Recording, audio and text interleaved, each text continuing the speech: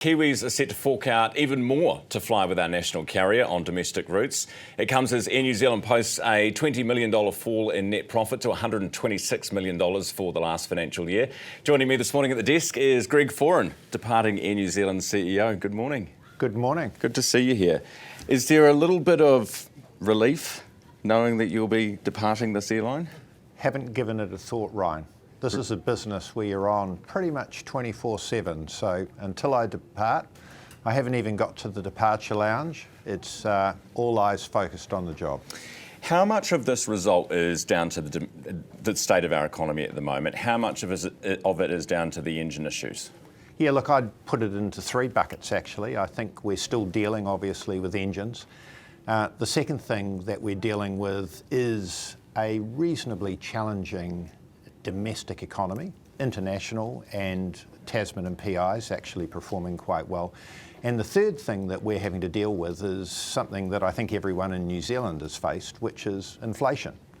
And we're not immune to it. We've got a business here that makes basically 2 cents in the dollar, so not a lot of margin for getting things wrong. And, when the price of parts go up and the price from airports or civil aviation authorities, AVSEC, air navigation, when they go up, we're not immune to it. And that's making us, having to consider how we can absorb some of that, which we do. In some cases, we'll obviously offset it with new technology and new things that happen in the business that make us more productive. And then finally, when we run out of those, we have to pass a bit on. How much are you passing on? 5% on average for domestic? Yeah, look, it's always interesting with airline pricing, isn't it? Because it can vary by flight, time of day, how many seats are available. But I would suggest to you circa around 5% domestically. And will that cost be borne more by business travellers, more by leisure travellers who are booking well in advance? Once again, complex because flights vary depending on time of day and who's using them. On average, that's what it will be. Difficult to predict. What do you say to people? I had loads of texts on News Talk ZB this morning from people saying they're making a profit. Don't put your prices up. People can't afford to fly with you as it is. Couple of data points. The facts are useful, they're your friends. When you get on a plane and you fly from, say, Auckland to Wellington today, this morning, you're going to spend about $60.21 of, let's say you scored a good price, $100 one way, $60.21 of that is actually going to airways, civil aviation, AVSEC and airports. So take, GST off the price of a ticket, you're sort of down to $88, round things to $90, there's $30 in that $100 ticket. For us to buy an $80 million aircraft, put 2 pilots on it, put 4 cabin crew, but if you maintain it. I get it, but if you're charging me $400 for that ticket, you're still only paying $60, right? Yeah, well, of course, $400 is what happens if you book late. And we always hear the stories, and, that's normal in this business of people who paid a lot to fly, generally because they booked late. That's the way the pricing algorithm works.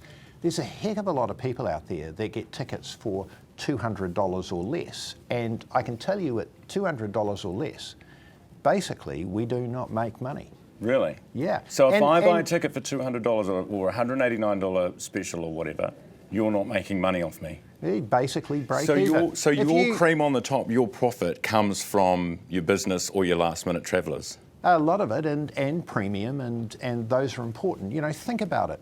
2 cents in a dollar is the profit that we made last year. So you're seeing it, it's not just Air New Zealand, you're seeing it with carriers around the country, and some of the smaller operators are actually saying, well, I'm sorry, we can't fly these routes anymore. Too hard. And I know it's hard on the public in New Zealand. I do appreciate that, and I've got a lot of empathy for that. When is the airline going to be back? Because I know the engine issues have been plaguing you, hanging around like a bad smell, and I can only imagine how frustrating that is. And they've delayed, time frames for fix-its and stuff. When are we going to be back to full capacity, got everything that we used to have, flying all the planes we should be? I would say to you another 2 years.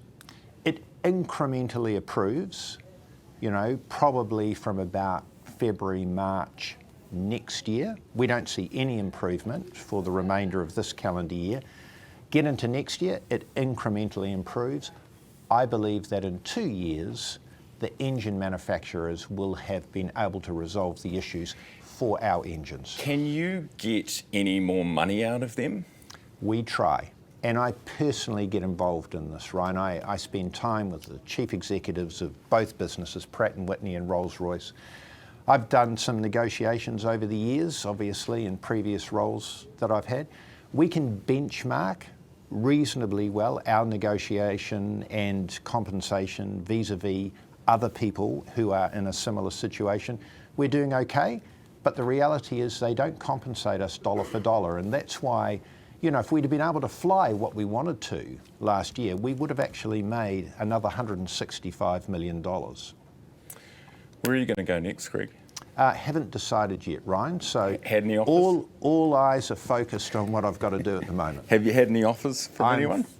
Entirely focused on Air New Zealand at the moment. Do you think not moving away from a job, do you think you'll stay in the country or potentially head back overseas? As I said, I've got a job to do to the end of October, and that's what I want to focus on. All right. Good to see you, Greg. Thanks for coming in this morning. That's Greg Foran, departing Air New Zealand Chief Executive. Departing where to? Well, we're not quite sure yet.